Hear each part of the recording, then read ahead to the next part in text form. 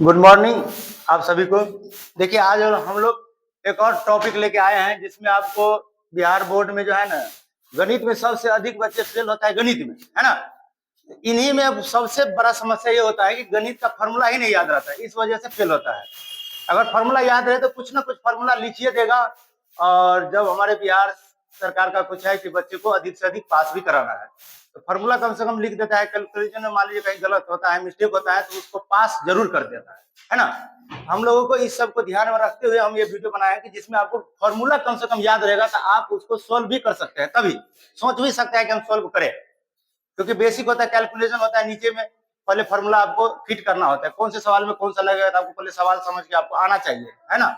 पढ़िएगा 2 बार 3 बार तब आपको समझ में आएगा कि कौन सा फॉर्मूला हम यूज करेंगे कौन से सवाल के लिए, है ना। देखिए हम लोग आगे आ रहे, इसमें क्या है, इसमें हम लिख दिया कि क्लास 10th में गणित सूत्र, ये गणित सूत्र है। इसमें हम लोग पहले कोई भी फॉर्मूला, हमको ये नहीं पता चलेगा कहां से सवाल आ रहा है, हमको फॉर्मूला लेकिन ध्यान में रहना चाहिए जो सिलेबस में है। कम से कम मिनिमम इतना डाटा आपको याद रहा तो आप अच्छे खासा नंबर ला सकते हैं। इसके आज ज्यादा आपको और यदि फॉर्मूला याद है तो बेस्ट है ना।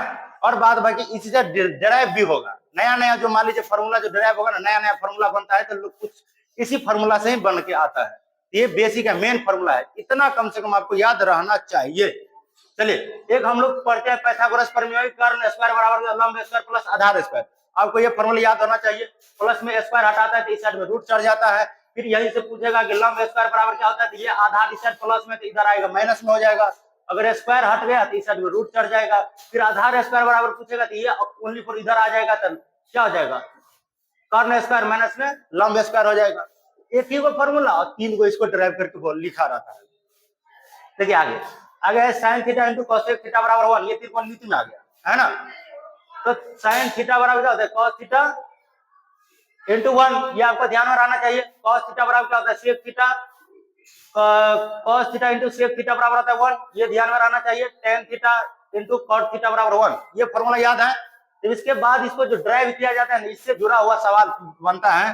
भैया आप बताइए, एक और होता है त्रिकोणमिति अनुपात, जिसमें बोला जाता है कि साइन थीटा बराबर क्या होता है कि लंब बटा कर्ण, ये आपको फॉर्मूला याद रहना चाहिए।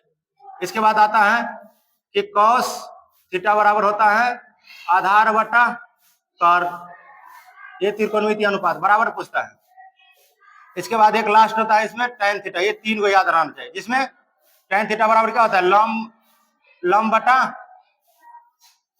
आधार। यहीं पे एक त्रिभुज बना लीजिए, समकोण त्रिभुज, कौन सा समकोण त्रिभुज बना लीजिए, और ये समकोण त्रिभुज पे ही बनता है। इसको बोला जाता है कर्ण, इसको बोला जाता है लंब, और इसको बोला जाता है आधार। कब, जब ये थीटा रहेगा तब, है ना। इसमें मान लीजिए कि ये ए बी सी, है ना, ये त्रिभुज होता है, बराबर नहीं, आपको ध्यान में रहना चाहिए। इसके बाद लंब आधार कर्ण, जब थीटा ये रहेगा तब, ये आपको त्रिकोणमिति अनुपात, ये 3 को बढ़ गया, जो ये भी इंपोर्टेंट है, बहुत इंपोर्टेंट है। क्योंकि हम लोग जब भी कुछ मान दे देगा साइन थीटा का मान देता था 3/4 और बोल देगा कि tan थीटा निकालने के लिए, तो इसमें हमको यही फॉर्मूला हमको याद रखना होता है। अब इसके उल्टा हम क्यों नहीं लिखे, क्योंकि देखिए ये साइन के उल्टा क्या होता है, हमको पता है ये formula, sine theta into cosec theta बराबर होता है 1, बराबर ना। तो हमको साइन थीटा बराबर पूछा तो ठीक है, अगर यहीं पे कॉस थीटा पूछ दिया तो कॉस थीटा बराबर क्या होगा 1/sin थीटा, उल्टा ना, इसी का पलट जाता है। यहाँ पे कोसेक थीटा, जब बोला कोसेक थीटा ना, सॉरी, कोसेक थीटा बराबर कर्ण बटा लंब, ये फॉर्मूला आप लिख करिएगा तो आप देखिएगा तो उसमें आपको देखने को मिलेगा, बराबर ना। इसलिए ये फॉर्मूला आपको याद रहेगा, ये फॉर्मूला आप ड्राइव कर दीजिए, इतना 1 1 2 3, ये आपको ये यहां से लेके यहां तक आपको फॉर्मूला याद है, और ये फॉर्मूला याद है, आपस में एक दूसरे से लिंक होता है। आप इसमें पैटर्न बैठा के दिमाग में स्थिर से वो कर सकते हैं। लेकिन गणित होता है, आपको धैर्य पूर्वक करिएगा तभी, अगर आप हड़बड़ करिएगा तो सब गलती होने का चांस होता है ना। तो आपको जो भी सवाल आता हो उसको बारीकी से डील करना है। क्या करें, cos थीटा, ये आपको ये फॉर्मूला याद है, cos theta into sec theta बराबर 1, इधर cos का याद है कि यहाँ से sec थीटा भी निकल सकता है। sec थीटा बराबर क्या हो जाएगा 1/1 cos थीटा, cos थीटा का cos थीटा बराबर आपको पता है कि आधार बटा कर्ण होता है। ये क्या हो जाएगा, जब 1 यहाँ से जा रहा है तो यहाँ पे क्या हो जाएगा, कर्ण बटा आधार। तो ये दोनों से ही जुड़ा हुआ है ना। अब ये दोनों आपस में जुड़ा हुआ है, आप इसको थोड़ा बारीकी से देखेगा आपको समझ में आ जाएगा। हम आपको ऐसे समझाने की कोशिश किए हैं। अगला ये फॉर्मूला देखिएगा, sin 90 माइनस थीटा बराबर cos थीटा, ये सेक 90 माइनस थीटा बराबर कोसेक थीटा और tan 90 माइनस थीटा बराबर कॉट थीटा। ये आपको तीन को याद है, तो जस का उल्टा होता है। इस साइड में जो है ना साइन, तो इधर हुआ कॉस, तो कॉस 90 माइनस थीटा बराबर हो जाएगा साइन थीटा। इधर है सेक 90 माइनस थीटा, यही पूछ दिया कि कोसेक 90 माइनस थीटा क्या होगा, ये हो जाएगा सेक थीटा, है ना। इधर दिया है tan 90 माइनस थीटा बराबर कॉट थीटा, अगर वहीं पे पूछा कि कॉट 90 माइनस थीटा क्या हो जाएगा, ये वाला tan हो जाएगा। तीन को इंपोर्टेंट है, जस्ट इसका उल्टा होता है 90 वाला में, इसी का उल्टा। अगला देखेंगे तो ये फॉर्मूला सबसे मेन होता है साइन स्क्वायर थीटा। ये अलग अलग हम क्यों समझाए, ये इतना याद रहेगा आपस में, ये दोनों का क्या है, कन्वर्ट है, बराबर ना। ये भी क्यों है, आपस में इसी का हेरा फेरी होगा, नया तीन का फॉर्मूला बन जाएगा, ये मेन है। इसी को हेरा फेरी करेंगे तो बोल देगा क्या, tan स्क्वायर थीटा बराबर क्या होगा भैया, tan स्क्वायर थीटा, तो ये वन को इधर लेके आ जाओ, तो सेक स्क्वायर थीटा माइनस 1, है ना। ये भी क्या था, ये आपको मेनली याद रखना है, sine square theta plus cos square theta बराबर 1। यहाँ से क्वेश्चन आप दूसरा तरह से पूछ सकता है कि साइन स्क्वायर थीटा बराबर, ये प्लस वाला उधर लेकर चलेंगे तो 1 माइनस कॉस स्क्वायर थीटा। यहाँ रहेगा कॉस स्क्वायर थीटा, सीधे पूछा तो 1 इधर आई है, तो ये वाला प्लस वाला उधर लेके जाएंगे तो माइनस में चला जाएगा, क्या हो जाएगा, कॉस स्क्वायर थीटा बराबर 1 माइनस साइन स्क्वायर थीटा। ये आपस में क्या है, हमको घुमा फिरा के फॉर्मूला बना के दे देता है, लेकिन मेनली हमको जब ये तीनों याद रहेगा तो हम ये इस पे जो भी सवाल आएगा उसको हम डील कर सकते हैं।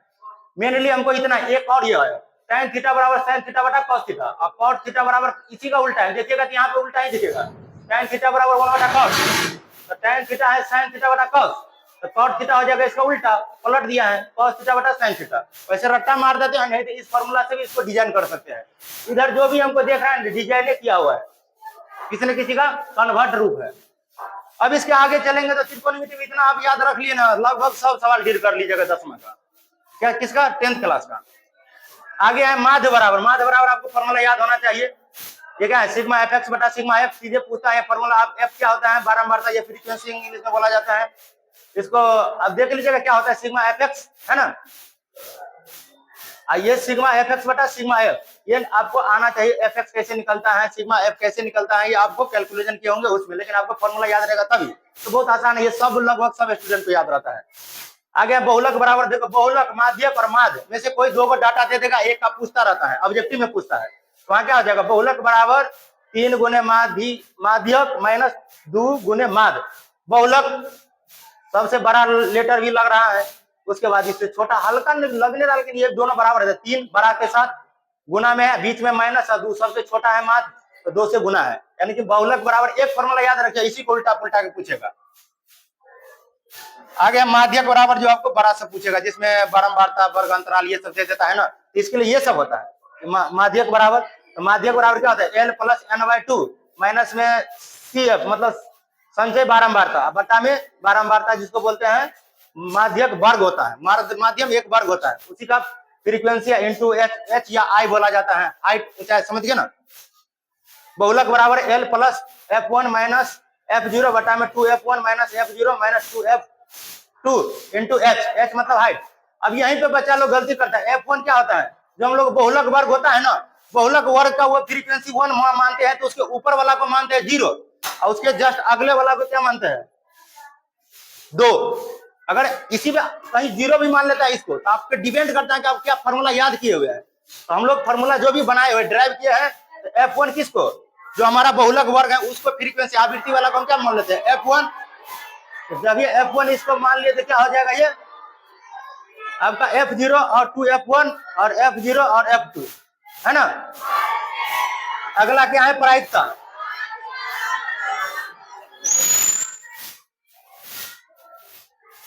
प्रायिकता देखिए, प्रायिकता का फॉर्मूला एक ही फॉर्मूला, इसी पे लगभग सब का सब प्रायिकता डील होता रहता है ना। तो इसमें क्या है, अनुकूलित घटनाओं की संख्या, यानी कि जो भी हमको पूछ रहा है, पूछेगा ना, जैसे लाल होने की प्रायिकता, तो लाल है, अनुकूलित मतलब वो है जो पूछ रहा है उसकी संख्या, तो अनुकूलित घटनाओं की संख्या बटा में कुल घटनाओं की संख्या, यानी कि उसमें 3-4 रंग का बल्ब को ऐड कर दिया जाता है, तो टोटल हो गया, है ना। तो यही करेगा कि कुल घटनाओं की संख्या। कभी भी ऑब्जेक्टिव में बराबर पूछता है कि हमारा प्रायिकता का मान, है ना, प्रायिकता का मान क्या होता है, हमेशा 0 और 1 के बीच में होता है, 1 से अधिक हो तो भी गलत, 0 से कम नहीं हो सकता है, यानी कि माइनस में नहीं हो सकता है, बराबर ना। तो 0 और 1 के बीच में ही होता है, ये ऑब्जेक्टिव में पूछता ही रहता है, ये इंपोर्टेंट है। दे देगा 4 ऑप्शन, इसमें कोई रहेगा 0 1 के बीच, और कुछ रहेगा माइनस में, कुछ रहेगा 1 से ज्यादा। तो जो 0 और 1 के बीच हो वही होगा। अगला क्या है, देखिए द्विघात वाला में ये सब आता है, द्विघात में आएगा है ना, इसमें डी बराबर होता है जिसको बोला जाता है विवेचक भी बोला जाता है, क्या बोला जाता है, विवेचक डी या बी स्क्वायर माइनस 4ac। ये फॉर्मूला आपको याद होना चाहिए, मूल यानी कि x का मान पूछता रहता है निकालने के लिए द्विघात वाला में। इसमें क्या होता है minus B plus minus root under B square minus 4ac, यही फॉर्मूला इसका है। अगर रूट डी भी दे सकते हैं और नीचे में क्या है 2a, ये फॉर्मूला है। एन बराबर क्या होता है, a plus N minus 1 into D, ये हो गया आपका एपी में, है ना, समांतर श्रेणी जो होता है ना उसमें आपका ये फॉर्मूला ये दोनों लागू होता है।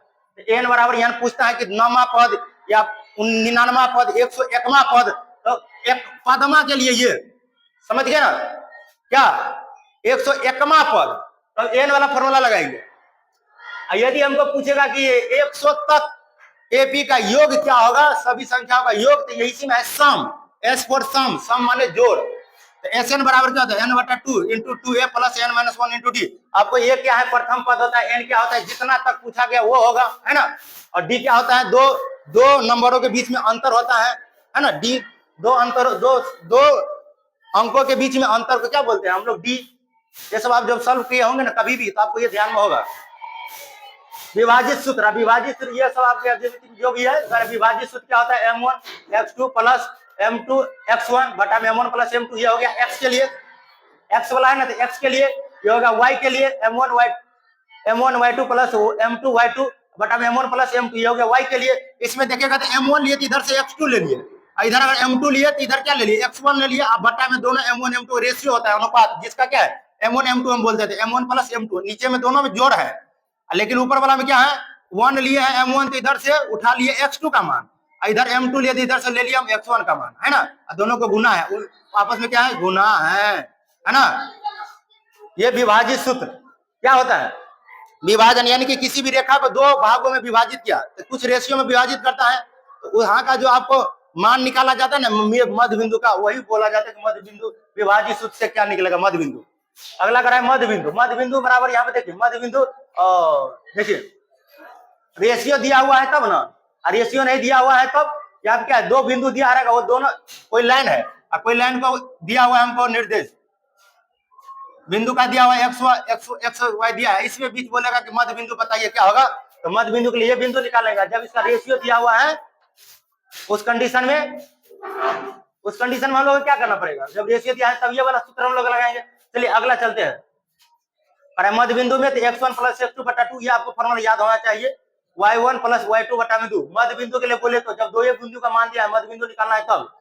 अगला करा है त्रिभुज का क्षेत्रफल, यही अगर मान लीजिए 3 को दे दिया, कौन 3 को दे दिया, अब ये बोलेगा कि 1 2 3 x1 y ऐसे करके दे देगा, तब आपको बोलेगा कि क्षेत्रफल बताइए, तीनों का निर्देशांक दे देगा, तब आपको बोलेगा क्षेत्रफल बताने के लिए। तो उस समय क्या होता है फॉर्मूला 1/2 x1, यही फॉर्मूला में गलती करता है बच्चा, बना ही नहीं पाता रहता। देखिए x1 लिए ना, इसके बाद y2 माइनस y3, x वाला को छोड़ दिए, y वाला का मान कितना लिए अगला दोनों, अब प्लस x2 लिए तो ये इसके y वाला को छोड़ दिए, अगला वाला ले 3 तब 1, 3 के बाद 4 नहीं है तो 1 आ जाएगा, बीच में माइनस, प्लस x1 लिए, x1 लेते यहाँ देखिए यहाँ भी गलती कर लिया हम, x1 लेते क्या होना चाहिए y वाला छूट के यहाँ पे 2 और यहाँ पे 3 हो जाना चाहिए, है ना, जिसको लिए उसका y का मान नहीं लेंगे, y2 माइनस y3, तब हमको ये फॉर्मूला डिजाइन होके आ जाएगा, है ना। इसको क्वेश्चन में बंद कर दीजिए। केंद्रक त्रिभुज का ही देगा और इसी में बोलेगा कि केंद्रक का मान बताइए, तो केंद्रक के लिए x1 plus x2 plus x3 बटा में 3, y1 plus y2 plus y3 बटा में 3, बराबर ना। ये हमको केंद्रक निकल के आएगा कब, जब त्रिभुज का तीनों शीर्षों का मान दे देगा, तब इसमें हमको बोलेगा केंद्रक इसमें क्या होगा, तब यहाँ पे निकालेंगे, बराबर ना। अगला लास्ट ये और आ गया, देखिए ये तो हम लोग पहले से भी पढ़ते आए हैं कुछ, है ना, 9 10वां के हम और सब 9वां 7वां में भी पढ़े हैं। जैसे वृत्त का क्षेत्रफल होता है पाई आर स्क्वायर, है ना, वृत्त का परिधि होता है 2 पाई आर, बेलन का वक्र पृष्ठ का क्षेत्रफल होता है 2 पाई आर एच, ये फॉर्मूला आपको याद रहेगा तभी ना मान डाल पाइएगा, आर क्या होता है एच क्या होती है, तो पहले से पता रहता है हमको। इसमें थोड़ा शॉर्ट कर दिया है ना, सी मतलब होता है सिलेंडर, सिलेंडर का टोटल सरफेस एरिया, तो सिलेंडर मतलब बेलन, तो बेलन का कुल या संपूर्ण पृष्ठ का क्षेत्रफल होता है 2 पाई आर एच, प्लस में दोनों साइड विरीत होता है बेलन, इस तरह से आपको देखने को मिलेगा, है ना। इसीलिए 2 पाई आर स्क्वायर, इधर भी विरीत है इधर भी विरीत, और इसका वक्र पृष्ठ का क्षेत्रफल बोलेंगे, बेलन के वक्र पृष्ठ का क्षेत्रफल क्या होता है 2 पाई आर एच, और टोटल जब ये बोल दिया तो उसमें 2 पाई आर स्क्वायर हम दोनों का वृत्त का जोड़ दिए, इसलिए इसमें वक्रपृष्ठ नहीं लिखे, वक्रपृष्ठ याद है ऊपर में लिखा है वक्रपृष्ठ का क्षेत्रफल 2 पाई आर एच। जब जब टोटल पूछा था दोनों वृत्त का जोड़ देंगे ना तो वही किया है, तो हो गया क्या टोटल सरफेस एरिया। आगे है बेलन का आयतन, बेलन का आयतन होता है पाई आर स्क्वायर एच। शंकु का वक्रपृष्ठ का क्षेत्रफल होता है पाई आर एल, एल क्या होता है ये तिरछा वाला जो होता है ना इसको बोला जाता है एल। आर तो पता है कि रेडियस होता है, पाई का मान पता है कि 22/7 या 3.14 जो देता है सवाल उसी हिसाब से हम लोग चलते हैं। अगला क्या है कि कोण, कोण मतलब शंकु होता है इंग्लिश में कोण, कोण का total surface area, total surface area का पाई आर एल, वक्रपृष्ठ का क्षेत्रफल प्लस में इसमें एक को वृत्त है ना, देखो इसमें देखोगे तो एक ही को वृत्त दिखेगा, इसमें दो को था इसलिए दो को, इसमें एक को तो क्या हो जाए पाई आर स्क्वायर बराबर है। हमको पता है कि अगर वक्रपृष्ठ का पता है कि पाई आर एल होता है तो टोटल पूछा था एक और भर गया नीचे वाला, क्या हो जाएगा पाई आर स्क्वायर, तो पाई आर एल प्लस में पाई आर स्क्वायर। इसको शॉर्ट वाला नहीं हमको लंबा वाला ही याद रहना चाहिए ना, शॉर्ट के चक्कर में बहुत कंफ्यूज हो जाता है, याद रहेगा बाद में बना लेंगे 2 पाई आर कॉमन लेंगे एल प्लस आर कर देंगे हो गया, वही ड्राइव करके बनाया हो रहता है। आगे क्या करें हम लोगों को, देखिए 10वां के लिए है ना शॉर्ट नहीं चाहिए डिटेल चाहिए, शॉर्ट कंपटीशन के लिए। यहाँ क्या है कि शंकु का आयतन होता है 1/3 पाई आर स्क्वायर एच, ये आपको ध्यान में रहना चाहिए।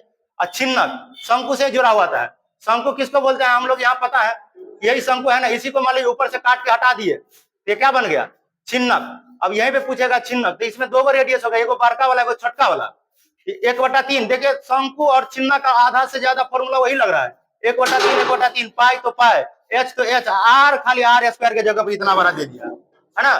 क्या होता है बड़का आर का स्क्वायर प्लस छोटका आर का स्क्वायर प्लस छोटका आर बड़का आर का गुना। अगला क्या है गोले का आयतन होता है 4/3 पाई आर क्यूब, ये आपको फॉर्मूला याद रहना चाहिए। इसके बाद है अर्ध गोले का आयतन, तो गोला का आयतन 4/3, तो अर्ध गोला का क्या हो जाएगा आधा, तो 2/3 पाई आर क्यूब। अगला क्या है गोले का वक्रपृष्ठ का क्षेत्रफल होता है 4 पाई आर स्क्वायर, गोले का वक्रपृष्ठ है ना पूरा का क्या हो 4 पाई आर स्क्वायर, तो अर्ध गोले का वक्रपृष्ठ का क्षेत्रफल, इसमें जब ये तो वक्रपृष्ठ में है ना 3 पाई आर स्क्वायर होना चाहिए इसका आधा, लेकिन नहीं, जब ये हम गोला को काटते हैं ना तो कुछ इस तरह का ऊपर वाला वृत्त रह जाता है, होता आधे, लेकिन इसका आधा होना चाहिए, लेकिन ऊपर में जो रह गया ना वृत्त इसलिए 3 को हो जाता है। क्या होता है अर्ध गोले का वक्रपृष्ठ का क्षेत्रफल 3 पाई आर स्क्वायर।